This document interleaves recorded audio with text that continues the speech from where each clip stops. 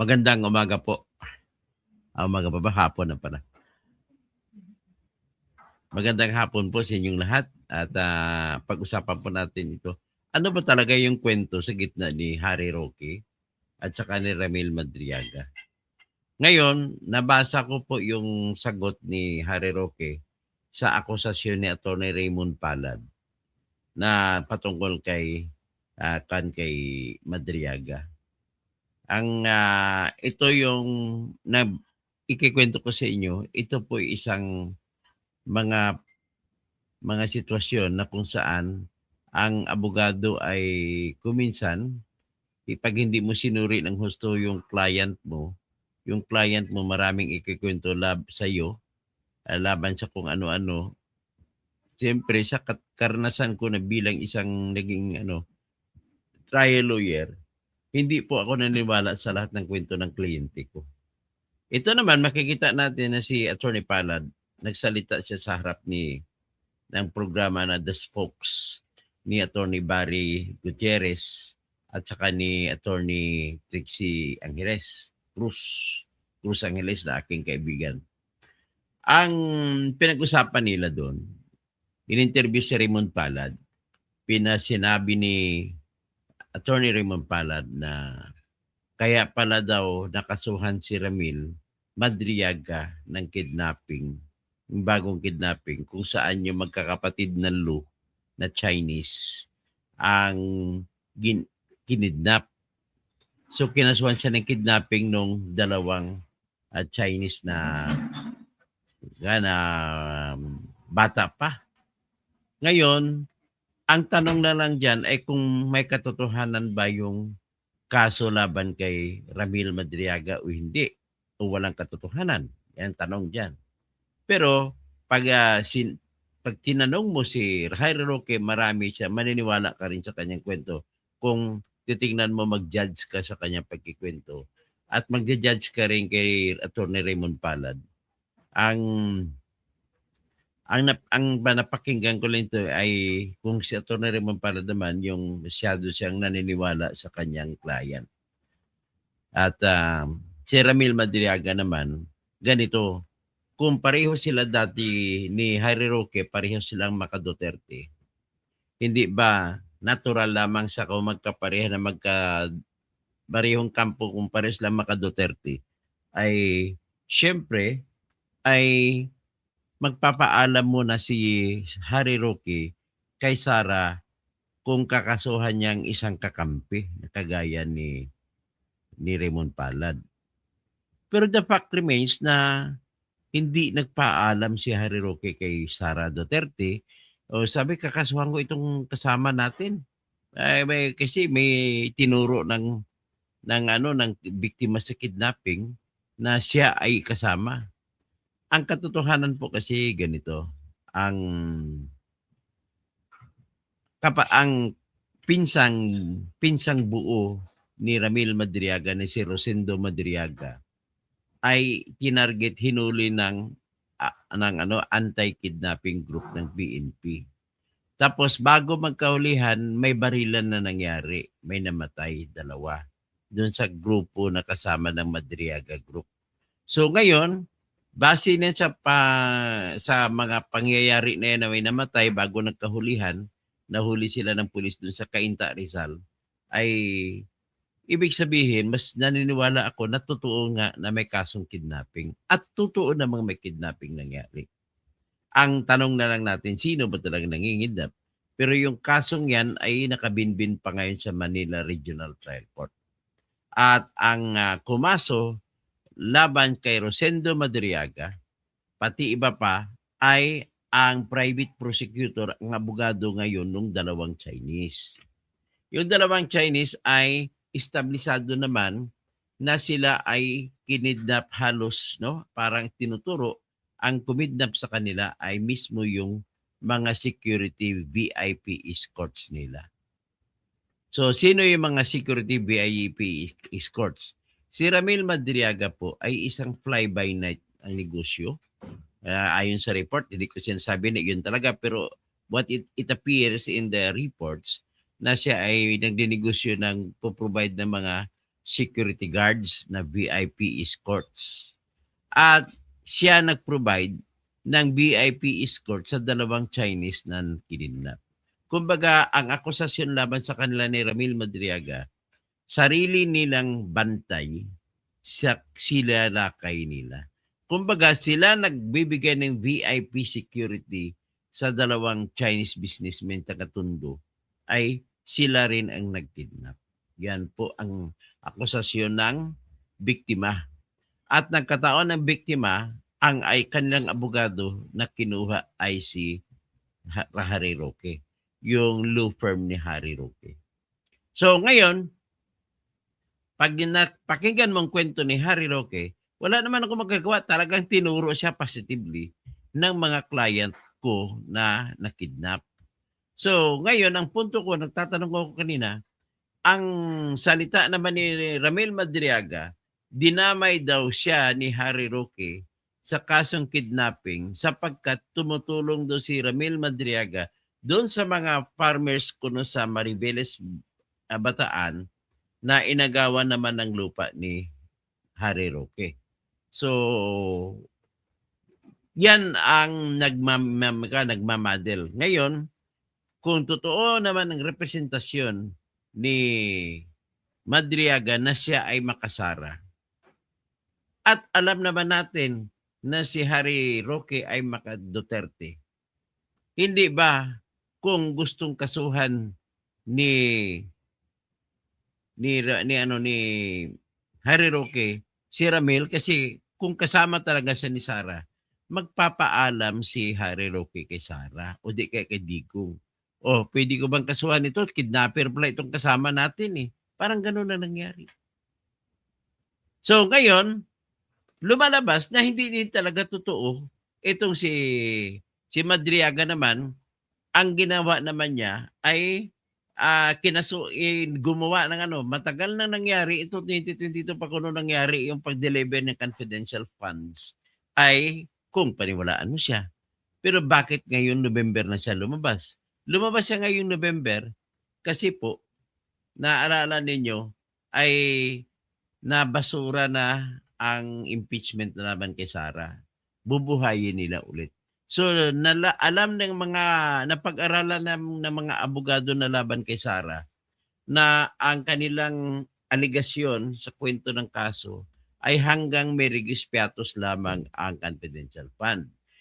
Wala silang ebidensya o kwento kung paano nila i-conclude, paano patunayan na napunta sa bulsa ni Sara ang pera. So, pumasok ito ngayon si Ramil Madriaga, at ayon naman sa mga, ito lang mga matalinong inferences, matalinong logic ni Attorney Salvador Paulo Panelo, anak ni Sal Panelo, ay si Trillanes ang nakikita nila na nagsimula sa kay Madriaga. So ang ginagawa ng Trillanes, kasi sanay ito kagaya kay Bicoy, na-convict si Bicoy ng perjury. Si Bicoy, maalala mo na nagsalita noon, ginamit ni Trillanes. So ang nangyari, nakuryente pa rito ang IBP. Kasi ang IBP, sinuportahan si Bicoy. Yung napatunayan ng korte na nagsisinungaling. So, nakakulong siya ngayon sa sala na perjury. So, anyway, pakinggan natin ngayon ang salita ni Harry Roque mula sa kung saan man siya, sa Austria at siya ngayon. Hindi ko alam kung saan siya ngayon. Pero at least, ang live lang niya ang ating analisahin. I-play natin ang sagot ni Juan. Naging importante itong kwento ngayon kasi si Madriaga ang ginagawang pinaka-main witness na ngayon ng mga nagreklamo ng impeachment laban kay Sara. So napakahalaga po ito. Kaya pakinggan natin po. Ito po. Nakakalipas ay ito. Magandang araw sa inyong lahat. Ngayon po ay Lunes, 2 araw ng Marso. at ngayong araw pong ito ay ilang oras pa lang nakakalipas, ay nag-rule na po, nagdesisyon ang Committee on Justice ng Kamara de Representante na 2 sa 4 na impeachment complaint ni laban kay VP Sara ay sufficient in form. Ang susunod na po dyan ay ang botohan kung ito ay sufficient in substance. At ang makikita po natin dyan ay ang mga kasinungalingan laban kay VP Sara na nagnanais na siya ay matanggal sa pwesto dahil ang plano ng Marcos Forever tanggalin talaga si Inday Sara bilang kandidato sa 2028 sa pamamagitan ng paninira sa kanya. At sabi nga ng isang confidential informant, itong si Boying Remulla ay talagang pinuntahan ng mag-asawang Marcos at sinabi na italaga niyo ako bilang isang ombudsman at ako magpapakulong kay Inday Sara Duterte. Uulitin ko po ang nauna ko ng naging legal na opinion na hindi naman nila po pwedeng patanggal si Inday Sara Duterte habang siya ay nakaupo bilang Vice President. Siya po ay isang impeachable officer at therefore hindi siya po pwedeng kasuhan ng kriminal na merong pagkakaparusa na kasama pagtatanggal sa pwesto na hindi muna mai-impeach. Yan po ang importansya ng impeachment. Kinakailangan munang tanggalin siya sa pwesto bago siya makasuhan at ang nais ng administrasyon, pag siya ay nakasuhan, madali ang conviction na merong parusa na perpetual disqualification from office. Yung mga nababalita po na haka-haka na po pwedeng pag siya ay natanggal sa impeachment at siya ay mapapatawan din ng parusa ng perpetual disqualification from office, wala po akong nalalaman na ganyang provision. Dahil ang perpetual disqualification from office po ay kapag ikaw ay na-convict sa isang criminal case at yan po ay isang subsidiary penalty na kinakailangan pinapataw ng hukuman. Sa tingin ko po, wala... Anyway, teka muna. Dapat hindi ito yung ipi-play ko eh. Nagkwento lang si ang kukunin ko na kwento ni Harry Roque ay yung pinakahuli niyang bribe tungkol sa kay Madriaga. Ito, nagkamali ako ng pasok.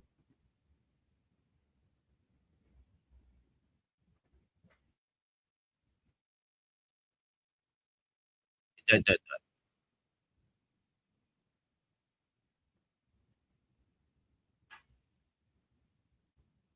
Ito. Sandali na lang.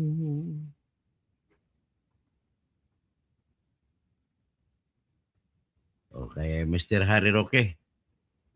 We shall listen unto him as to what is really the truth about it.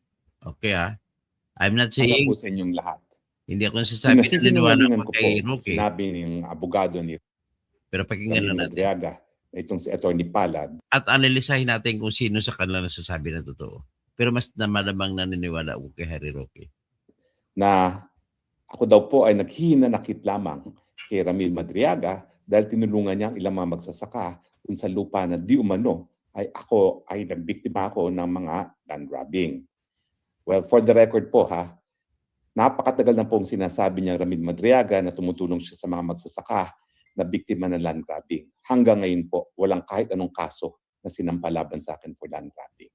Meron po So, isang according to Harry Roque, hanggang ngayon wala pa siyang natanggap na kaso. So, naniniwala ba ako dyan?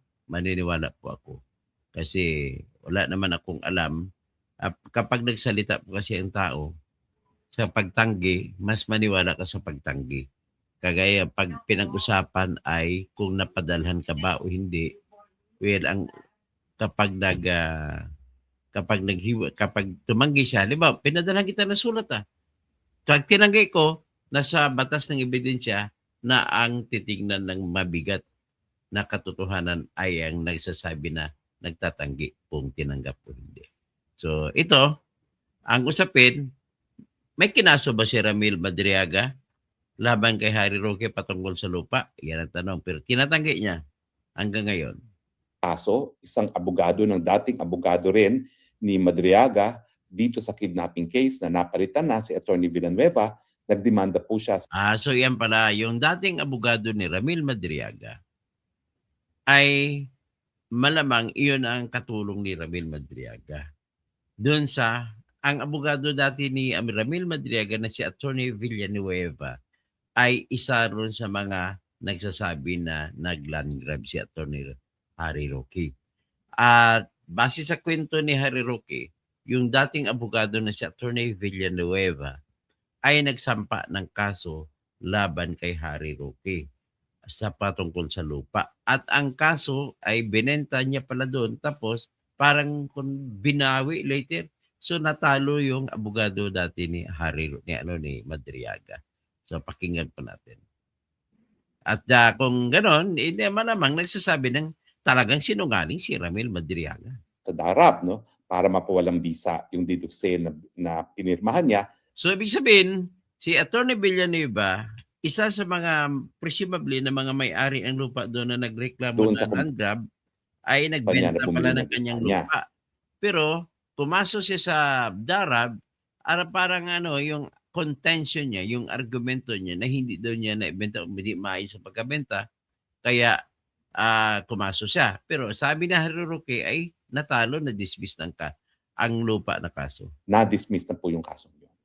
So bukod po dito sa kaso na may nagrereklamo na hindi raw niya binenta ang lupa, na na-dismiss na ang kaso, wala na pong ibang kahit anong kasong land grabbing na nasampa laban sa akin.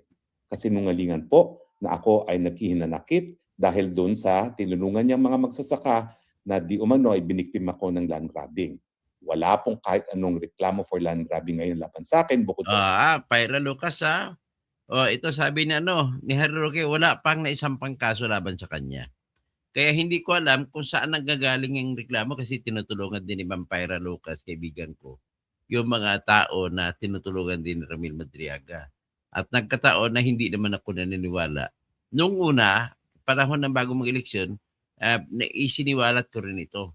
Ang pinalabas ko ng istorya na kinasuhan si Harry Roque pero hindi na maplato. Kasama yung misis ni Harry Roque doon sa kaso ngayon sa pang-agaw daw ng lupa para sa gagawing pogo. Wala naman tayong ebidensya pero sinasabi lang na noon na para gagawin daw na pogo. Pero lumalabas ngayon na mas totoo si Harry Roque kasi unang-una hindi naman nakuha ang lupa sa kanila. Kasi kung nagkasinungaling si Harry Roque, matagal nang nabawi ang lupa. Pero may sitwasyon din na hindi lang siguro marunong ang mga abogado magsampa ng kaso kaya natalo sila laban kay Harry Roque. ang kaso na na-dismiss na po ng Department of Agriculture, Agrarian Reform. Bukod pa po dyan, pangalawa, hindi po totoo na ako'y naghihinanakit lang kaya sinampahan siya ng kidnapping case. Yan. Nasampahan po siya ng kidnapping dahil sabi nung dalawa, Usapan natin kidnapping kasi malaking dagok o malaking issue ito para kay Madriaga yung kidnapping case laban sa kanya. Kasi kung kidnapper siya, sino maniniwala sa kidnapper? Gagamitin pa naman siyang ebidensya ng mga grupo nila ni Atty. Ligutan sa naipatunayan nila na nilustay ni Sara ang pera sa confidential fund at mapapatunayan daw nila sa pamamagitan ni Madriaga. Ano ba yun? Atty. Ligutan para hindi ka kaabogado? Tinitingnan nyo man, maging fair naman kayo. Tingnan nyo sana yung mga sinasabi ng testigo nyo kung paniwalaan ba o hindi. May basic law naman tayo. Hindi ko mo na sa UP ka nag-aral ay iba yung interpretasyon mo ng batas ng ebidensya. Ako sa pamantasan ng Luzon de Manila nag-aral ng College of Law ko, sa law school ko, ang law school ko ay PLM College of Law, ay ganon din tinuturo sa amin na batas ng ebidensya. Pare-pareho lang batas na pinag-aralan natin. Bakit nagkakaiba kung taga-UP ang mag-interpret? Magkaiba din sa akin na taga-PLM ni gumraduate. Dapat isa-isa lang ang ating interpretasyon sana kung maaari sa mga batas para hindi tayo magkagulo-gulo. Kagaya ng interpretasyon, ang issue dito ngayon, maniwala ka ba kay Madriaga o hindi? Ako, binasa ko ng tudo ang affidavit na ginawa ni Atty. Raymond Palad. Sorry to say, Atty. Raymond Palad, the affidavit that you wrote is a product of a mediocre lawyer. Pasensya na po. Tapos ikaw naman, Atty. Ligutan, mediocre ang pagkagawa ng affidavit, bakit ka maniniwala doon? Sayang, hiniya mo pa ang University of the Philippines. Lecturer ka pa naman dyan sa UP. Sayang. Tapos kami na mga taxpayer, nagbibigay kami ng pera para ibigay ang budget sa UP. Tapos ganun lang gagawin ninyo. Hindi po kayo nagkaiba sa PMA na mga sundalo natin pinag-aaral dyan. Tapos mangungurakot lang mga sundalo. ng mga opisyal. Parang ganon ang ginagawa nyo eh. So hindi kayo nagkakaiba. Tapos mas malaki pong kasalanan niyo, Attorney Ligutan, kasi ang pag-aaral po ng batas ay pasensya na sa mga ibang hindi abogado. Mas mataas kasi ang uri ng level ng pinag-aralan. Hindi ko sabihin na matalino, ng pinag-aralan o edukasyon ng mga gumraduate sa pagka-abogasiya. At lalo na yung nakapasa sa bar exam.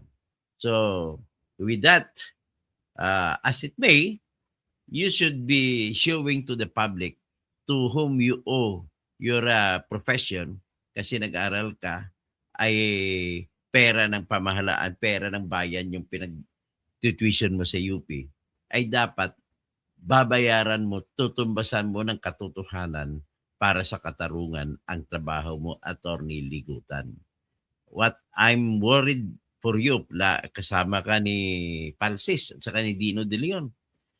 Puro mga mediocre na mga affidavit pinaniwalaan nyo. Affidavit na walang detalye.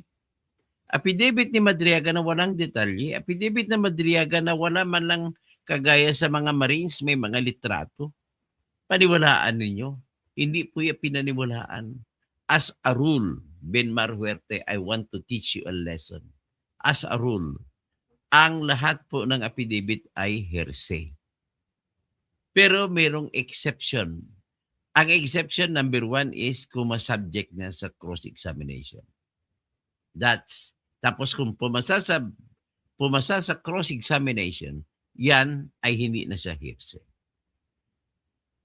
Tapos sa mga uri ng affidavit, may mga proseso o proceedings kung tinatawag namin.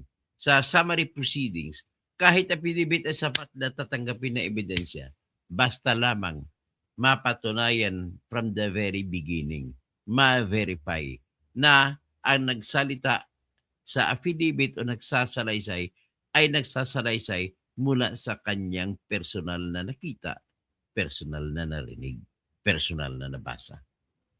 Ganun po yun ang dapat.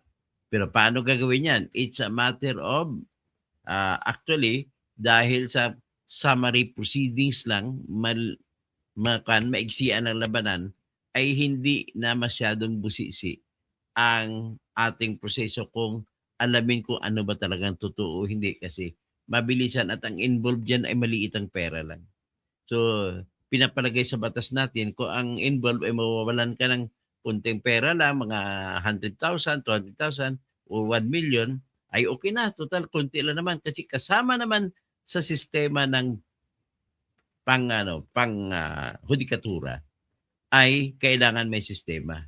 So, sugal ng hudikatura yan ang sistema. Kung minsan, kukuha tayo ng sitwasyon na ang mga affidavit ay hindi pala totoo ng salita. So, maraming ganun. Dito pakinggan po natin ulit si Harry Roque. Ay sinasabi niya lang ay hindi totoo yung kinikwento ni Madriaga sapagkat yung kaso na sinampa ng kasama niya na dating abogado rin ni Madriaga na si Atty. Villanueva ay nabasura na. Ngayon, papasok itong bagong abogado ni Madriaga na si Atty. Raymond Palad ay nagkikwento na ganun ang kwento din. Pero we should, lalo na pag ang kaharap ninyo ay abogado, kapwa niyo abogado, dapat be careful kayo sa inyong nakukuhang facts. Hindi lahat ng kliyente po nagsasabi na totoo. Ang binatilyong Chino na kinidnap sila ni Ramil Madriaga at kanyang mga kasamahan.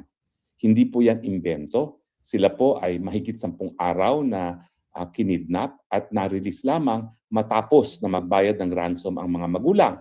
At hindi lang po yan, matapos po na mapatay ang 2 pinaghihinalaang kidnapping sa isang barilan, matapos mangyari yung pagbayad ng ransom.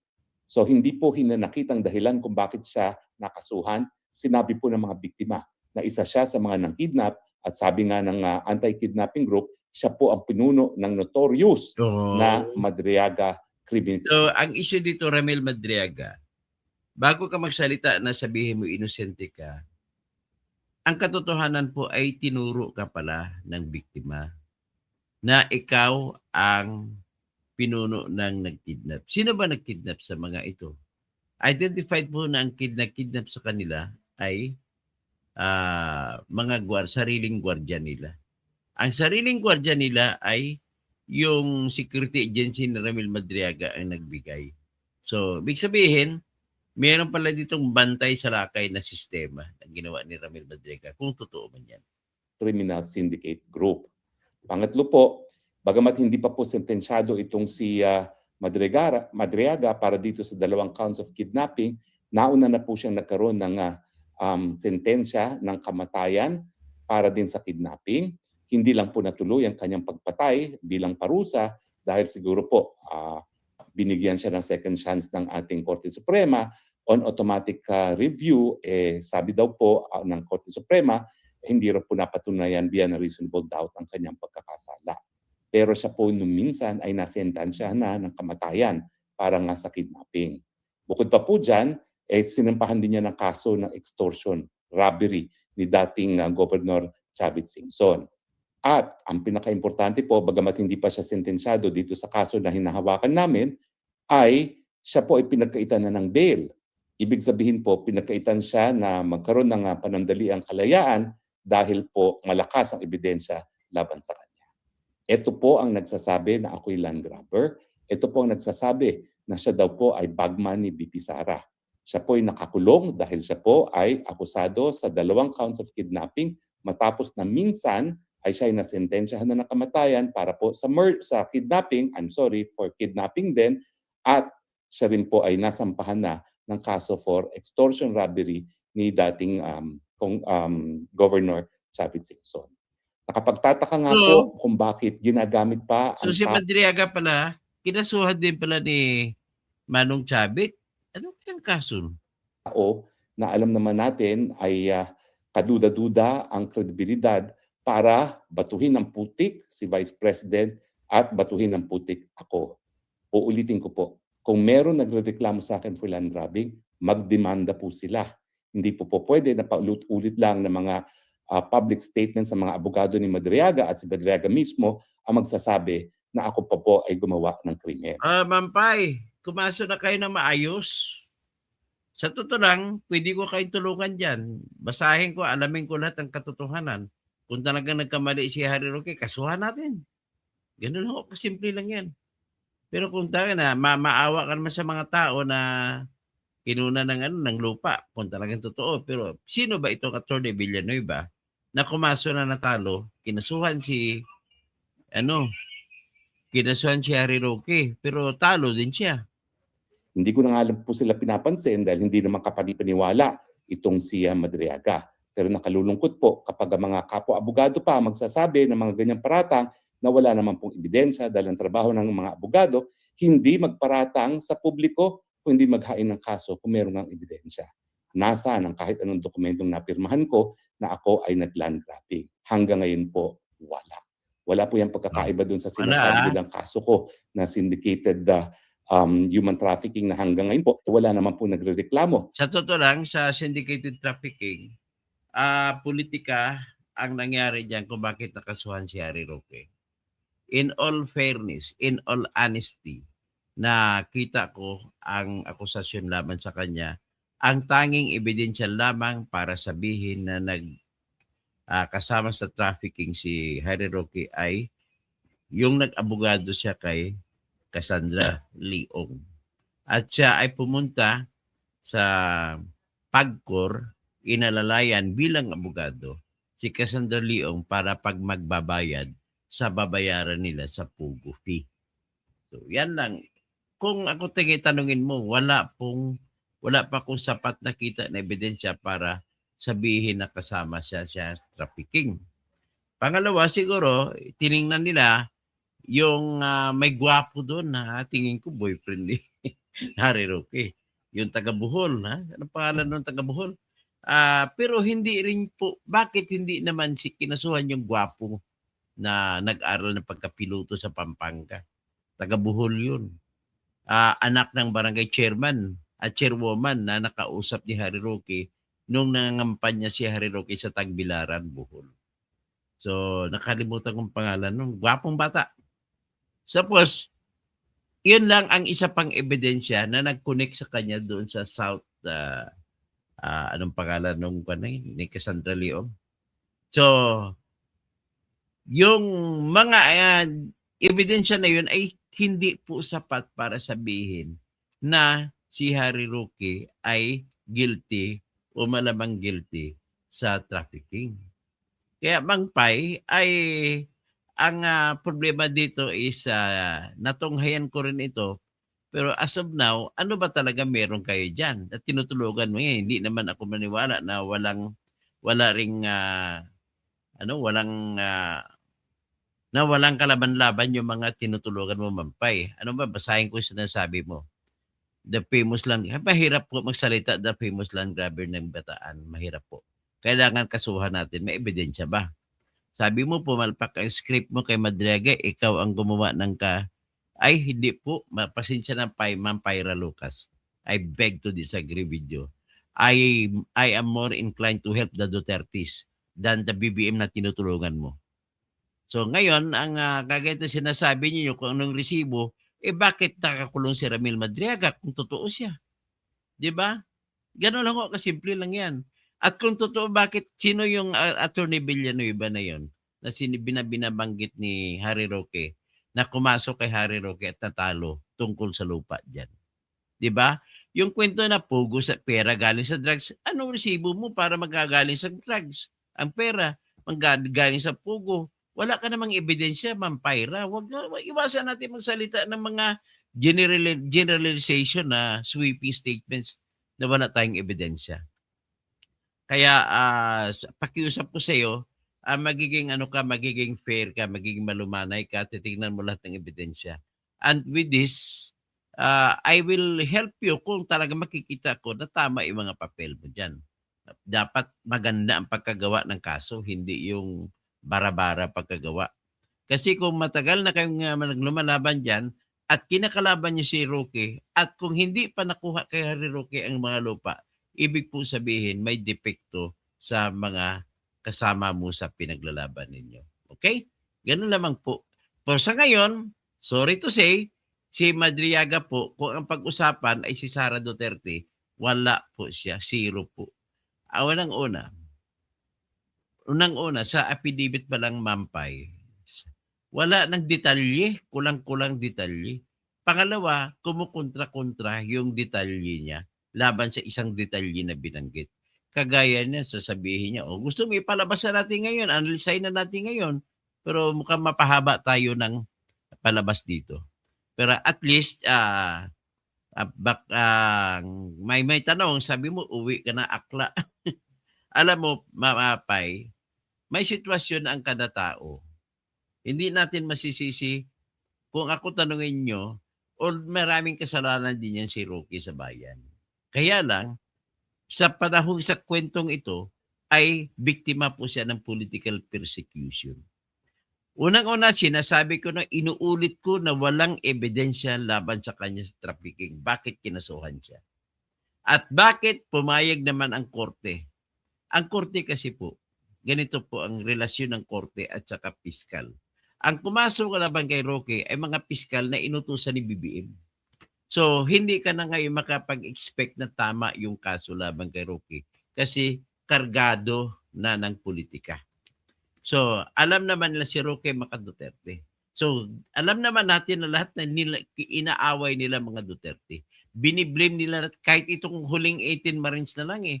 Akalain po magsasalita pa na may isang bag pa doon kay Duterte time pa wala namang balita sa panahon ni Duterte. Magiging fair lang kayo ay mananalo kayo. Pero kung ganun, Mampay, I'm sorry, I cannot believe in your assertions. Puro lang assertions yan sa'yo, wala ka namang ebidensyang hawak yan. Ang nangyari ito kay Roque ay mangyayari din to sa iba.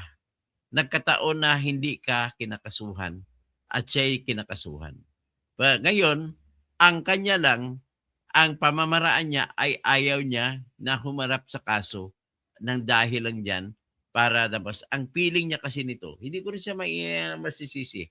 Baka may iba pang idadagdag na kaso, kargahan ng kargahan. Kasi gano'n naman ang laro sa ating bayan eh. Kung sino ang nasa taas, siya ang nanamantala. Di ba? Panahon ni Duterte, siya rin nagsasamantala. O panahon ni Bongbong ngayon, pero mas masama ng dihamak. may pagnanakaw pa. Tapos, sa totoo lang, dito sa usapin ng ulitin ko lang sa kasong trafficking, wala po siyang kaso. Wala, kulang na kulang ang ebidensya. Ngayon, kung ang usapin naman kay Madriaga, kung totoo ba si Madriaga laban kay Sara o hindi, I'm sorry to say, I cannot believe in the assertions of Madriaga. Sobrang daming mga loophole. Sobrang dami na mga butas. Kaya pakinggan na lang natin si Roque, pagbigyan na natin, total, kawawa naman, nasa ibang bansa. Na nabiktima ko sila ng human trafficking. Nakapagtataka po kung bakit nga ako'y nasampahan ng kaso na walang piyansa, na wala naman nagrereklamo laban sa akin. Tama. So again po, wag po tayo magpapalinlang. Kinakailangan po ang ebidensya para mapaniwalaan ay kapani-paniwala at dapat nanggagaling din sa mga taong dapat na paniwalaan. Hindi gaya sa tao na gaya ni Ramil Madriaga. Yun lang po, at ako po ay naniniwala na habang nandyan po ang ating Panginoon, hindi niya papayagan ang mga kasinungalingan na matanggap ng taong bayan. Wala pong pagkakasala na ginawa si Inday Sara Duterte. Ang pagkakaalam ko po, hindi niya kilala si Ramil Madriaga. Ako pa po ang nagsabi sa kanya nung tinanong niya kung sino ba itong Ramil Madriaga na nagbabanta sa buhay niya at sa buhay ko. Ang sinabi ko nga po, yan po ay napakulong namin dahil siya po ay akusado ko sa kasong kidnapping. Ako pa po ang nagsabi kay VP Sara kung sino si Ramil Madriaga, hindi po niya kakilala yan ni minsan. Bagamat itong Ramil Madriaga, doon po sa preliminary investigation ay palagi na nag-name drop si VP Inday Sara. Ang iniisip ko nga po ng mga panahon noon, ang kapal naman itong mapang ito. Akala niya pati ako na personal na kakilala ni Inday Sara, mabobola niya na siya ay malapit kay Inday Sara Duterte. Siyempre, hindi ko na kinakailangang tanungin si Inday Sara Duterte kung kakilala siya dahil ang tanging prueba lang naman niya ay mga larawan sa panahon na nagkaroon ng oath-taking si VP Sara. Okay, sa pag-oath-taking ni VP Sara, nagsalita dyan yung isang events organizer na si Miss Magdaye. Hindi imbitado sa oath-taking ceremony sa Davao City ni Sara Duterte. Hindi inimbitado ito si Madriaga. Ang inimbitahan, dumating ito si Madriaga, may bit-bit na pasubali na siya ay pinapunta ni Attorney Ryan Kilala. Kasi si Ryan Kilala, kaklase ata ni Inday Sara sa San Sebastian College of Law. So, isa rin kilala sa time na yun, nasa ombudsman siya. Nagtatrabaho. So, with that, yan ang explanation kung bakit may litrato si Ramil Madriaga nakatabi si Inday Sara. Kasi sa panahon na yon, mula alas 6 ng gabi hanggang alas 12 ng madaling araw, ang ginawa ni Sara pagkatapos niya magmanumpa bilang vice presidente ay ang ginawa niya, nagpa-picture siya sa lahat ng tao. Wala eh. Kakapagod niya yan, di ba? Pa-picture ka. Isa sa nagpa-picture doon ay si Ramil Madriaga. Kaya yan ang dahilan kung bakit may litrato sila. So, ngayon, be that as it may, very, very clear po ngayon na wala talagang ebidensya si Ramil Madriaga laban kay Sara Duterte. Ngayon, ang isa pang napansin ko sa affidavit niya, sinabi niya na tinawag daw siya. Ang sabi kasi ni Attorney Ligutan na mga abogado ng mga sa impeachment, yung Mary Grace Piatos nila ng resibo, inamin niya na wala silang kwento kung paano nangyari na sabihin nila na napunta sa bulsa ni Sara. So sabi niya, ito si Ramil Madriaga daw ang dudugtong mula doon kay Colonel Nolasco at Colonel La Chica.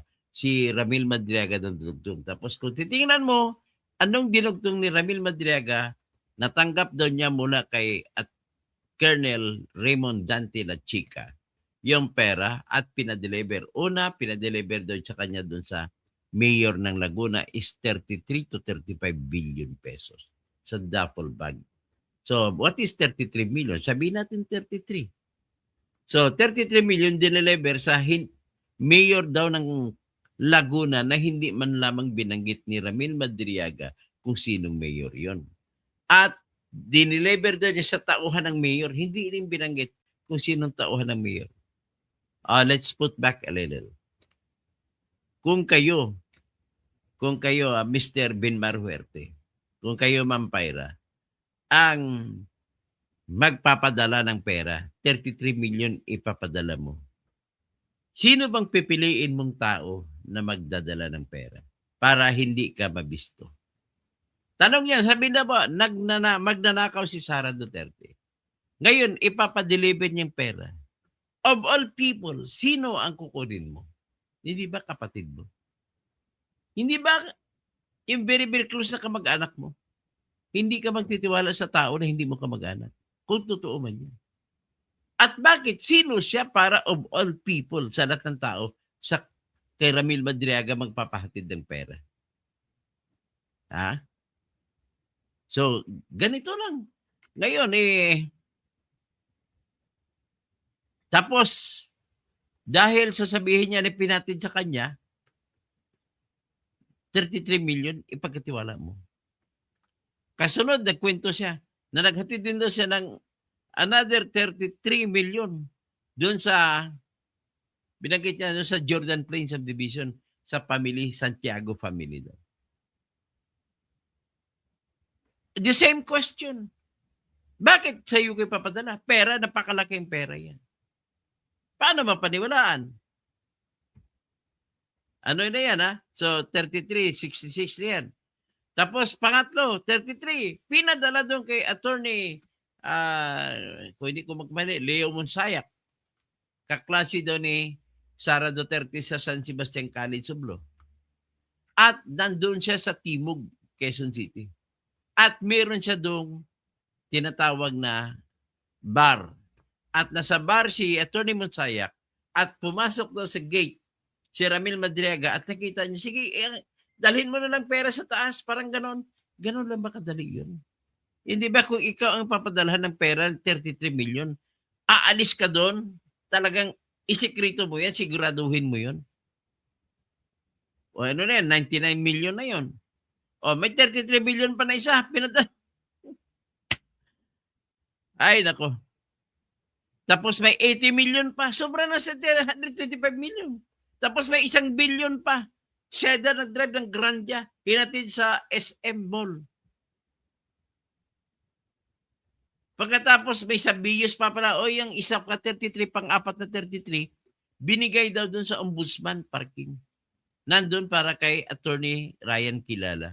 Tapos kinabukasan daw yung views na ginamit niya sa pag-deliver ng 33 million ay kinabukasan nakita niya na minamaneho daw ni ng asawa ni Attorney Ryan Kilala. Ang problema, may certificate galing sa LTO, Land Transportation Office. Ito si Attorney Salvador Paulo Panelo Jr. na nagsasabi na walang driver's license na in-issue sa asawa ni Attorney Ryan Kilala. So kung wala, ibig sabihin, hindi marunong mag-drive. Kung hindi marunong drive, ibig sabihin, hindi totoo yung kinikwento ni Ramil Madriaga na nakita niya kinabukasan na nagmamaneho ng bios na dinala niya at dineliver niya sa ombudsman. Lahat po. Sino bang tao pag ikaw pinadalhan ng perang ganon, magtitiwala ka? Sa taong hindi mo kilala? At by the way, hindi mo pa nakilala si Ryan Kilala, bakit kilala mo yung asawa niya? Yun pala, si Ryan Kilala ay talagang kilalang kilala ni Ramil Madriaga. Kasi si Ryan Kilala ay parang assistant din siya sa San Sebastian College of Law. At bago nung mag-take si Sara Duterte, ang pinadala ni Ryan Kilala ay si Ramil Madriaga para dumalo para sa kanya. So, yan po ang totoong kwento. And besides, hanggang yan lamang ang kwento ni Ramil Madriaga, Ma'am Pyra Lucas. At kung sabihin natin totoo din yan, hanggang saan ang kwento niya? Ang kwento ni Ramil Madriaga ay binigay niya una sa mayor ng Kalawan, Laguna na hindi niya binanggit ang pangalan. Sabi sabihin, napunta ba kay Inday Sara yan? Hindi pa wala. Pangalawa, sinabi niya na dinala niya sa kay Attorney Lee Monsayak. Kanino dinala? Kay Sara? Kay Monsayak. So walang ebidensya na napunta kay Sara. Yung isa, dinala doon sa kay Attorney Kilala. Napunta ba kay Attorney Kilala? Kilala lang. Kung totoo man yun. Pero mula kay Kilala, papunta kay Sara, wala namang sinabi kung napunta kay Sara. Kay Santiago Family. Sino Santiago yun? Wala ka naman binanggit. Yan ang puntos ko po. Kahit sabihin pa natin na totoo yung sinasabi ni Ramil Madriaga tungkol kay Sara, tungkol sa confidential fund, wala siyang nabanggit na napunta kay Sara. Kundi binabanggit lang niya, ang kausap niya si Raymond Dante, Colonel Raymond Dante Lachica. At sino naman siya para pagkatiwalaan ni Raymond Dante Lachica ng pera? So, 33 million times 4. 4 na duffel bag. 30 million times 4 is 120 million. 3 million times 4 is 12 million. So 12 plus 120, 132 million na. So sobra na sa 125 million. Yan po ang aking puntos dito, Mampay. Huwag tayo magpadalos-dalos na magiging mapagmasid po tayo. I'm willing to sue, to file a case against Harry Roque. Kung gusto niyo matulungan ko kayo dyan sa, kung lehitimo pinaglalaban niyo sa lupa na inaagaw dyan, I'm willing to help you. Hindi man ako naging abogado ngayon, pero yung utak ko sa pagbuo ng kaso, iyan ang hindi matatawaran. Kasi maraming abogado, wala pong utak. Pasensya na.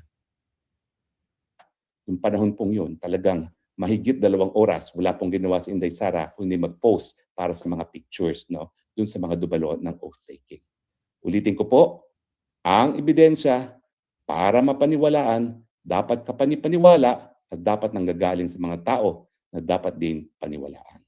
Maraming salamat po sa inyong patuloy na tiwala at ulitin ko po, kaya ko pong harapin ang kahit anong kaso na binibintang nilang land grabbing, wala nga po lang pong ebidensya. At uulitin ko po hindi ko pa nasabi ito, sinasabi nila may kaso sa ombudsman. Hanggang ngayon po, hindi ko po nakikita yung kasong yan.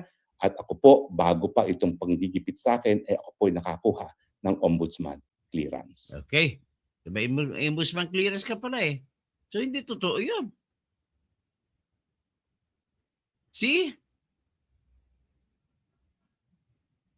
It is not what meets the eye. Yan sabi ni Joanne Bart. Hindi yan yung nakikita mo. Tumingin ka na mas malalim. Makikita mo yung katotohanan. So, hanggang dyan lang muna tayo, no? Yan lang muna ang topic kay Madriaga. Kasi para hindi tayo mapupuno. Si Chris Bear Mondocriman. Hoy, Grace Laurio, si Dilima, totoong may kasalanan. Pero si Harry Roque pinilit nilagyan na walang kwentang kasalanan ni Bangag para mapilitan lumayo sa Pilipinas. Hindi pero po ito naiba sa Benmar Huerte, hindi po naiba ito sa drama nila ni BBM tungkol kay Saldico. Kunwari gusto nilang hulihin. Pero ang katotohanan niyan, Benmar Huerte, takot sila na dumating sa Pilipinas si Saldico at magsasalita ng katotohanan. Tapos, Lucy Catudyo, ang daming bangag na trolls dito. Ang tunay na magnanakaw, itong administrasyong ito. Michelle Montas, script ni Trililing, tama po. Galaxy, ang sinungaling ang kapatid ng magnanakaw. So, Don Tarangas, parehong mga lawyer. L-O-W. Jerry Dalagan, mas pinaniwalaan nyo pa yung kidnap o ransom kaso niyang Madriaga na yan. Mas mananiwala po ako doon sa sinasabi ng mga Marines. Tama po, totoo po yung mga Marines. Benmar Huerte, ang mga magnanakaw na politiko, hindi hawak ng pera, papasa-pasa muna pero hanggang umabot sa trusted. Wala po, mahirap po mag-trust. Ilagay mo sarili mo, Benmar Huerte, ikaw yung politiko. Mamimili ka talaga kung sinong pagpilikan mo, pagkatiwalaan. So, Anchor Channel TV, si Dilema dahil galit sa naging bobo na abogada. ah, Piniel, Luha, Attorney Roque, hindi yan magsinungaling kasi professor yan sa law. Manny Wenceslao, totoo bang may mga magsasaka na inagawa ng lupa, Roque? Well, hindi ko masasagot yan kung totoo o hindi. Kahit nga si Ma'am Pyra, dapat malalaman natin yan. At bakit? Kung totoo yan, dapat nananalo na yan, Ma'am Py. Sa tagal ng issue na nangyari, 2016 pa, ano na ngayon? 10 years na. Hindi pa rin nananalo. Ibig sabihin, it's either hindi marunong lumaban ang lumaban o hindi totoo ang pinaglalaban. Bakla ang tawag kay Harry Roque, sabi ni Gris Laurio.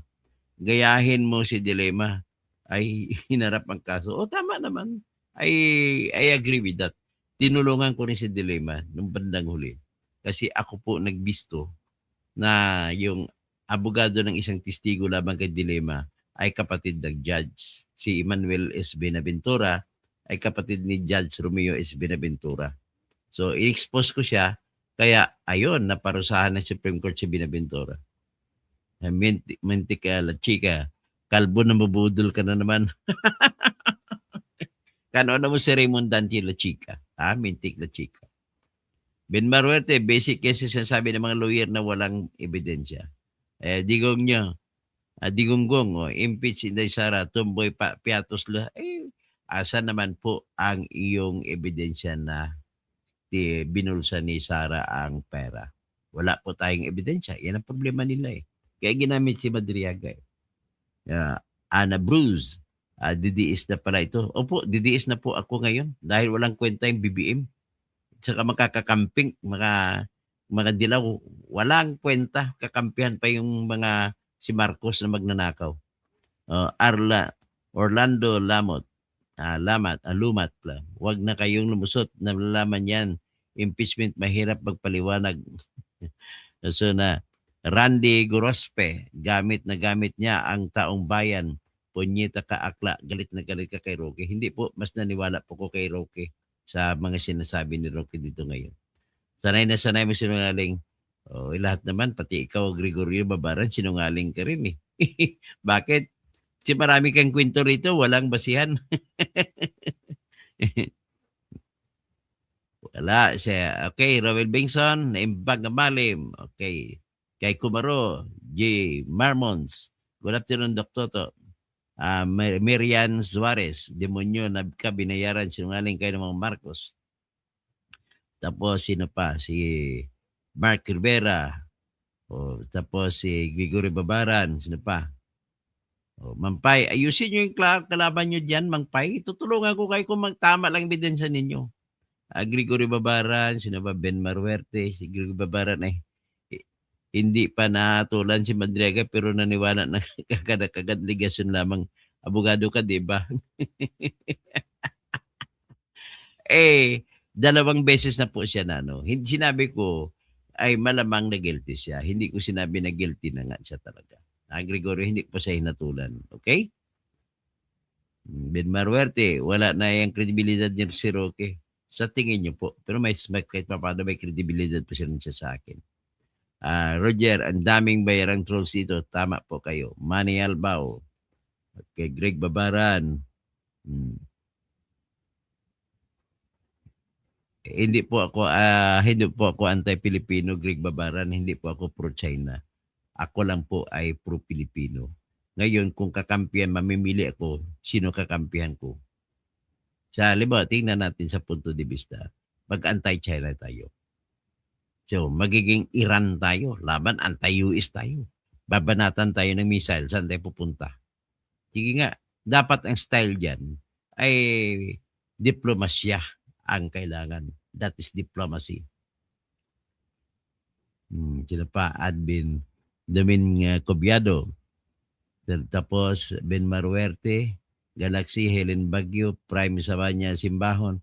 Ngayon paniwala kay Rocky Bakaboy. Naniwala po ako kay Rocky sa kanyang kwento gano'n. Ben Maruerte, let's go trial para malaman kung sino. Sabi na to. Sino pa? Ano pa? Si Ontor Hedge. ICC is holding senior. Wala yan. Ibang issue naman ng ICC. Hindi ICC pinatakil natin ngayon. Mamaya ICC topic natin. Si Greg Babaran, si Andrea Guico watching from Bangkok, Thailand. Okay, maya pagat panapon. Greg Babaran. O Greg, ay, ayos lang. Tapos Lelaine Torrenuevo, Jess Anorjo. Niwala ka ba kay Roqueta? Naniwala pa rin po ako sa ibang mga sinasabi niya. Basta hindi naman sa lahat ng bagay. Okay, Jess Pontillas, Camel Galaxy, maya pagat panapon, Bobby Cortez, si Roque ang mas sinungaling sa opinion mo. Well, sa opinion ko po, sa issue na ito, kay Madriaga, mas totoo si Roque. Okay? Salamat po. At hanggang dyan lang tayo. Maraming salamat sa lahat.